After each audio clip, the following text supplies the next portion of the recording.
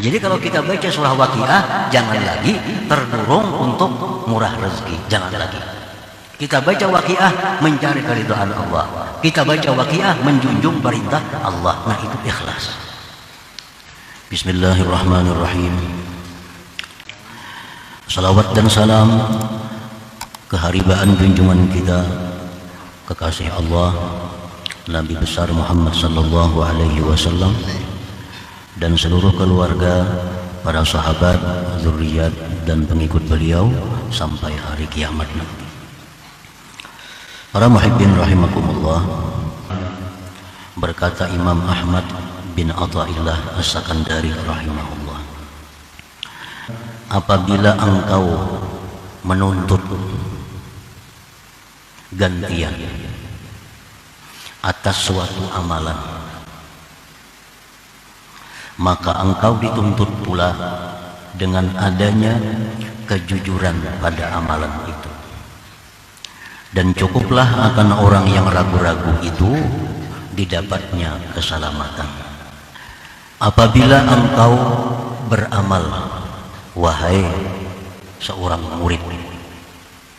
Jadi ini khitabnya kepada murid, bukan kepada orang awam, bukan kepada orang yang sudah ma'rifat dengan Allah. Ini tujuannya kepada murid. Nah, murid itu artinya boleh kita katakan murid itu orang yang ingin, yang hendak ma'rifat kepada Allah. Orang yang ingin, yang hendak dekat kepada Allah. Orang yang ingin, yang mau dicintai oleh Allah, diridhai oleh Allah. Nah, itu murid. Jadi tujuan di sini adalah kepada mereka itu. Dan mudah-mudahan kita seluruhnya termasuk murid ini. Artinya orang yang ada keinginan, ada tujuan untuk dekat dengan Allah, termasuk orang yang ada tujuan untuk kekasih Allah. Nah, apabila engkau beramal, wahai seorang murid, akan suatu amalan, sembahyang atau yang lainnya, untuk pahala yang akan datang seperti surga dan kenikmatannya, atau engkau beramal, wahai murid, karena pahala, balasan, ganjaran yang segera di dunia, kal ilmi laduni, seperti ilmu laduni, dia beramal dengan tujuan agar dapat ilmu laduni. Wa salahil umur, dia beramal tujuannya agar perkara-perkaranya bagus dalam dunia ini. Warakhail aish, dia beramal agar hidupnya ini makmur, hidupnya ini sukses. Awairiha, atau selainnya. Nah, apabila engkau, wahai murid, beramal untuk satu balasan, untuk suatu ganjaran baik dunia atau akhirat, maka Allah berfirman kepada engkau, innaka lam tasduq bi amalika, engkau tidak jujur, engkau tidak benar pada beramal engkau itu karena aku, kata Tuhan. Jadi apabila kita beramal dimotivasi oleh surga, kita beramal didorong oleh keinginan agar selamat, maka Allah akan berkata kepada kita, engkau tidak benar beramal itu karena aku. Bal amil tali hazzi nafsik, bahkan engkau itu beramal hanya untuk kepentingan diri engkau. Engkau beramal untuk bagian diri engkau. Engkau beramal untuk kesenangan diri engkau. La li ada'i huquqi uluhiyatik, dan bukan untuk menunaikan hak ketuhanan engkau. Dan engkau telah berdusta pada perkataan engkau lillahi ta'ala. Nah, para muhibbin rahimakumullah, kita sembahyang. Kita sembahyang ini tergerak karena ganjaran surga. Sedangkan kita dalam niat sembahyang, usalli fardhu zuhri lillahi ta'ala, karena Allah. Nah, berarti karena Allah ini mendustai Allah. Kalau karena Allah, kada perlu memandang kepada balasan. Kita sembahyang, sembahyanglah menunaikan hak Tuhan, karena hak Tuhan itu mesti disembah. Kalau kita puasa, puasalah menunaikan hak Tuhan. Kalau kita zakat, berzakatlah menunaikan hak Tuhan. Bukan untuk kembali kepada diri kita, manfaatnya itu. Jadi kalau kita beramal dengan tujuan balasan baik dunia atau akhirat, maka Allah akan mengatakan bahwa kita tidak jujur, bahwa kita berdusta pada perkataan kita lillahi ta'ala itu. Nah, para muhibbin rahimakumullah, maka setiap ibadah dalam niat itu biasanya ada lillahi ta'ala. Nawaitul umrata wa ahramtu biha lillahi ta'ala. Nawaitu sauma gadin lillahi ta'ala. Usalli pada zuhri lillahi ta'ala. Jadi perkataan kita lillahi ta'ala itu bertentangan dengan dorongan yang ada pada diri melakukan taat. Dorongan kita melakukan taat agar dapat surga, agar terhindar dari neraka, agar hidup ini makmur, agar hidup ini lapang. Nah, jadi itu dikatakan Allah, engkau tidak menunaikan hak ketuhanan, engkau dusta padanya lillahi ta'ala. Ternyata engkau beramal untuk kesenangan engkau, untuk pribadi engkau. Nah, para muhibbin rahimakumullah, orang yang beramal untuk kepentingan dirinya, kesenangan dirinya, seperti surga, seperti dapat karamat di dunia. Nah, orang beramal karena terdorong itu orang adalah ragu-ragu dengan janji Allah. Itu orang yang ragu-ragu dengan janji Allah, pada keadaan Allah itu membalas baginya dengan pahala akhirat, dengan ganjaran dunia dan akhirat. Jadi kalau kita beribadah kepada Allah karena terdorong dapat ganjaran, berarti kita digolongkan dalam golongan orang yang ragu-ragu dengan janji Allah bahwa Allah akan membalas setiap orang yang beramal. Ini Allah sudah berjanji, setiap kalian beribadah kepadaku akan aku balas. Nah, itu kada perlu lagi menjadi motivasi kita untuk beribadah. Tidak perlu lagi menjadi dorongan kita untuk beribadah, karena Allah sudah berjanji.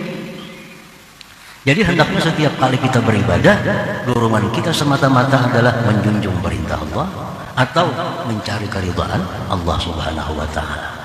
Masalah surga, masalah keselamatan itu sudah dijanjikan oleh Allah apabila kita bertakwa kepadanya. Qala Allah Ta'ala, Allah berfirman, wa may yattaqillah yaj'al lahu makhraja wa yarzuqhu min haitsu la yahtasib. Ini janji Allah kepada orang yang takwa, di dalam dunia akan diberikan jalan keluar dari tiap-tiap kesulitan dan diberi rezeki dari jalan yang tidak terduga-duga. Ini janji Allah. Allah Maha Suci menyalahi janjinya. Barang siapa yang bertakwa kepada Allah, Allah jadikan baginya jalan dari kesempitan, jalan keluar. Dan Allah berikan dia rezeki dari jalan yang tak terduga-duga. Nah, jadi kalau kita menjunjung satu perintah Allah atau menjauhi yang dilarang Allah, jangan lagi hendaknya karena mengharap surga, karena takut neraka. Karena itu sudah pasti. Itu sudah pasti. Jadi semata-mata kita melakukan perintah Allah, menjauhi larangan, semata-mata limaradatillah, untuk keridhaan Allah Subhanahu wa ta'ala. Itu pasti didapat. Pasti didapat. Wa qala ta'ala, Allah berfirman lagi, in tasbiru wa tattaqu la yadurrukum kaiduhum syai'a. Jika kalian sabar, jika kalian takwa, tidaklah memudaratkan akan kamu tipu daya mereka itu sedikit juga pun. Kalau kita sabar, kita takwa, orang tidak akan bisa memudaratkan, mengganggu, menganiaya kepada kita. Ini janji Allah, bahwa orang yang takwa itu diselamatkan oleh Allah dari tipuan-tipuan. Nah, jadi kalau kita bertakwa kepada Allah karena tergurung supaya selamat, nah ini berarti kita ragu-ragu. Allah sudah memastikan bila takwa dipelihara Allah. Jadi hendaknya kita takwa itu semata-mata karena Allah, jangan lagi karena agar diselamatkan, ditinggal, dihilangkan. Wa qala ta'ala, firman Allah Ta'ala, ya ayyuhalladzina amanu taqullaha wa qulu qawlan sadida yuslih lakum a'malakum. Hai orang yang beriman, takwalah kepada Allah, berkatalah perkataan yang betul. Allah akan baguskan perbuatan kamu, perkara kamu, keadaan kamu. Kalau kita takwa, itu Allah jamin keadaan kita bagus. Nah, jadi jangan lagi kita takwa itu terdorong agar bagus keadaan. Jangan lagi, itu sudah pasti. Qala ta'ala, uiddat lil muttaqin. Surga itu disediakan untuk orang takwa. Nah, ini Allah berjanji, bila kalian menjunjung perintahku, menjauhi laranganku, itu surga disediakan. Nah, apabila kita beramal, jangan lagi mencari surga, itu sudah pasti. Kalau kita mencari surga, berarti kita masih ragu-ragu dengan yang dijanjikan Allah itu. Murtab namanya, atau murib. Para muhibbin rahimakumullah, banyak amalan-amalan yang demikian itu, yang mana kita terdorong mengamalkan itu untuk mendapat suatu balasan, satu ganjaran di dunia. Dan itu bertentangan dengan perkataan kita karena Allah tadi. Sembahyang duha contohnya. Sembahyang duha ini umumnya sembahyang duha itu adalah pembuka rezeki. Lalu kita sembahyang duha itu terdorong, termotivasi supaya rezeki luas. Nah, sembahyang duha yang seperti itu, sembahyang duha yang sebenarnya tidak ikhlas karena Allah. Sembahyang duha semacam itu, sembahyang duha orang yang ragu-ragu dengan janji Allah. Karena Allah telah berjanji melalui Rasulnya Sallallahu Alaihi Wasallam, salatul duha tajlibu rizqa wa tanfil faqra. Ujar Nabi kita, sembahyang duha itu mendatangkan rezeki, menjauhkan kefakiran. Nah, ini sudah dijanjikan Allah. Jadi kalau kita sembahyang duha, jangan lagi itu cukup semata-mata menjunjung perintah Allah. Kita sembahyang duha semata-mata mencari keridhaan Allah. Perkara rezeki luas itu sudah pasti. Jangan lagi terdorong oleh itu. Demikian pula orang terbiasa membaca surah Waqiah. Baca surah Waqiah, nyaman rezeki luas, nyaman rezeki berlimpah ruah. Jadi baca surah Waqiah karena terdorong faidahnya. Karena terdorong bila baca surah Waqiah rezeki luas. Nah, ini bacaan surah Waqiah dari orang yang ragu-ragu kepada Allah. Bacaan orang yang tidak ikhlas. Karena baca surah Waqiah itu sudah dijamin oleh Allah. Waqiah itu dijamin oleh Allah melalui Rasulullah menyampaikan bahwa itu surah Waqiah menolak kefakiran selama-lamanya. Nah, sabda Rasulullah, "Man qara'a suratal Waqiah kulla lailah lam tusibhu faqatun abada." Orang yang membaca surah Waqiah tiap-tiap malam akan dijauhkan kefakiran selama-lamanya. Nah, jadi kalau kita baca surah Waqiah, jangan lagi terdorong untuk murah rezeki. Jangan lagi. Kita baca Waqiah mencari keridhaan Allah. Kita baca Waqiah menjunjung perintah Allah. Nah, itu ikhlas. Orang yang beribadah terdorong surga. Ini orang ragu-ragu dengan janji Allah.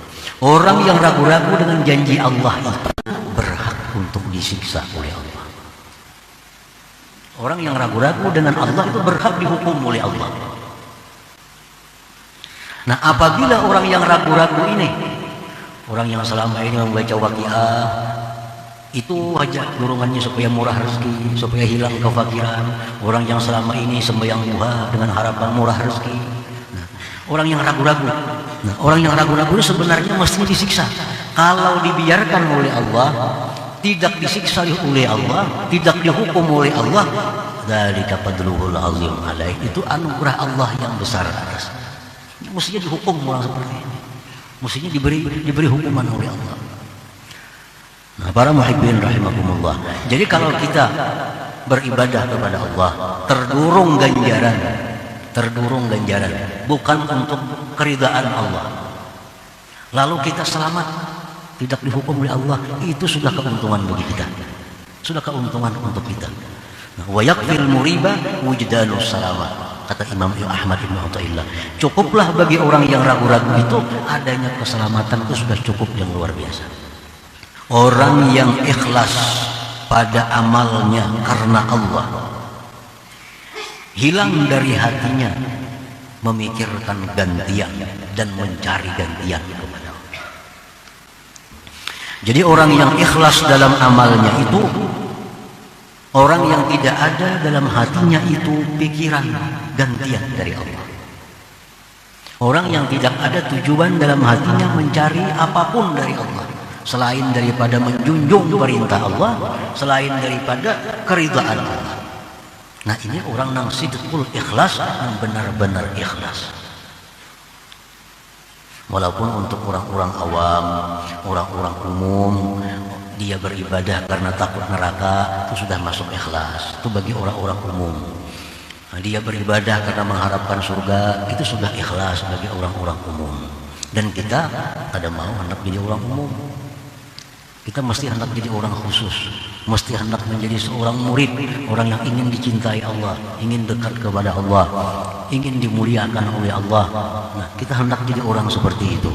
Nah, kalau demikian maka ibadah kita mesti sidqul ikhlas, benar-benar ikhlas kepada Allah. Kita bersedekah, jangan ada tujuan bahwa aku bersedekah ini supaya terhindar dari bala. Jangan ada tujuan lagi seperti itu, karena itu sudah pasti. Allah sudah menjamin bahwa sedekah itu melindungi diri engkau daripada bala. Itu sudah jaminan dari Allah. Nah, kalau kita menghendaki itu dengan sedekah, berarti kita masih ragu-ragu dengan Allah. Nah, bersedekahlah kita karena menjunjung perintah Allah. Bersedekah kita karena keridhaan Allah. Nah, bila demikian pasti akan didapat keselamatan, pasti akan didapat keberkahan dalam sedekahnya itu. Nah, para muhibbin rahimakumullah. Nah, yang kedua, orang yang beramal karena Allah, dia beramal menjunjung perintah Allah, mengharapkan kebahagiaan dunia akhirat. Nah, ini beramal karena Allah, semata-mata menjunjung perintah Allah, tapi dia mengharapkan surga. Mengharapkan surga itu dengan anugerah Allah, dengan kebaikan Allah, bukan dengan amalnya itu. Nah, orang seperti ini tidak merusak dengan keikhlasannya kepada Allah Subhanahu wa Ta'ala. Kita silahkan minta surga kepada Allah, silahkan berlindung kepada neraka. Itu disuruh Allah dalam Al-Quran, kita minta surga, berlindung dari neraka. Nah, cuma kita minta surga itu kepada Allah dengan anugerah Allah, dengan kebaikan Allah, bukan dengan amal ibadah kita. Kalau kita minta surga kepada Allah karena amal ibadah kita, nah itu kita tergolong orang yang ragu-ragu, jelas tidak ikhlas ibadahnya. Nah, jadi kita berharap kepada Allah surga, berharap kepada Allah selamat dari neraka dengan anugerah Allah, dengan kemurahan Allah, dengan kebaikan Allah, bukan dengan ibadah kita, bukan dengan amaliyah kita. Silahkan kita berharap sebanyak-banyaknya kepada Allah, Allah makin suka.